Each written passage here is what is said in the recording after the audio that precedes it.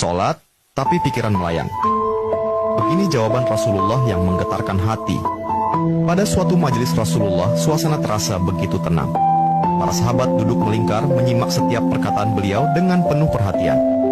Namun, di antara mereka, ada seorang sahabat yang tampak gelisah. Jemarinya saling menggenggam, matanya menunduk, dan napasnya terasa berat. Setelah beberapa saat ragu, ia akhirnya mengangkat wajah dan berkata dengan suara lirih, "Wahai Rasulullah, aku ingin bertanya, tetapi aku khawatir pertanyaanku ini akan membuatku semakin malu di hadapan Allah." Rasulullah pun tersenyum lembut, menatapnya penuh kasih sayang. "Katakanlah, wahai saudaraku, tidak ada pertanyaan yang membuat seseorang hina jika ia bertanya untuk mencari kebaikan." Sahabat itu menarik napas dalam, matanya mulai berkaca-kaca. "Wahai Rasulullah, aku merasa salatku sering tidak khusyuk. Kadang aku mengingat urusan dunia, kadang pikiranku melayang entah kemana. Aku takut salatku tidak diterima oleh Allah. Apakah dengan salat seperti itu, aku tetap mendapatkan pahala?" Suasana majelis seketika menjadi hening. Para sahabat lainnya ikut menunduk, merasakan kegelisahan yang sama. Mereka tahu betapa beratnya pertanyaan itu. Namun, yang terjadi setelahnya benar-benar di luar dugaan. Rasulullah tidak langsung menjawab. Beliau menatap sahabat itu dengan penuh kelembutan. Lalu tiba-tiba air mata mulai membasahi pipi beliau. Para sahabat terkejut. Mereka jarang melihat Rasulullah menangis dalam situasi seperti ini.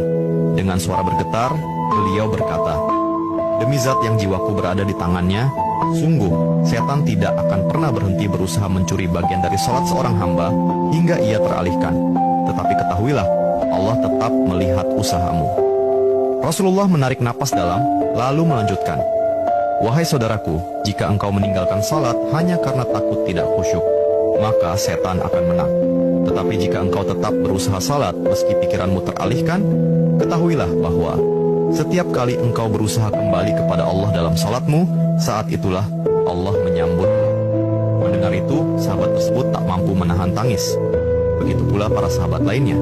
Kemudian Rasulullah melanjutkan dengan penuh kelembutan, "Bayangkan seorang ibu yang melihat anaknya berjalan ke arahnya, tetapi anak itu sering jatuh dan tersandung. Apakah sang ibu akan marah? Tidak. Ia justru akan berlari menghampirinya, mengangkatnya, dan mendekapnya erat. Itulah Allah. Ia lebih penyayang daripada seorang ibu kepada anaknya. Selama engkau terus kembali, Allah akan selalu menerimamu." Air mata mengalir di pipi sahabat itu. Kata-kata Rasulullah begitu menusuk hatinya. Sejak hari itu, ia tidak lagi putus asa dalam sholatnya. Ia tetap berusaha khusyuk, dan setiap kali pikirannya melayang, ia mengingat nasihat Rasulullah. "Setiap kali engkau berusaha kembali, saat itulah Allah menyambutmu." Jangan pernah berhenti. Berusaha.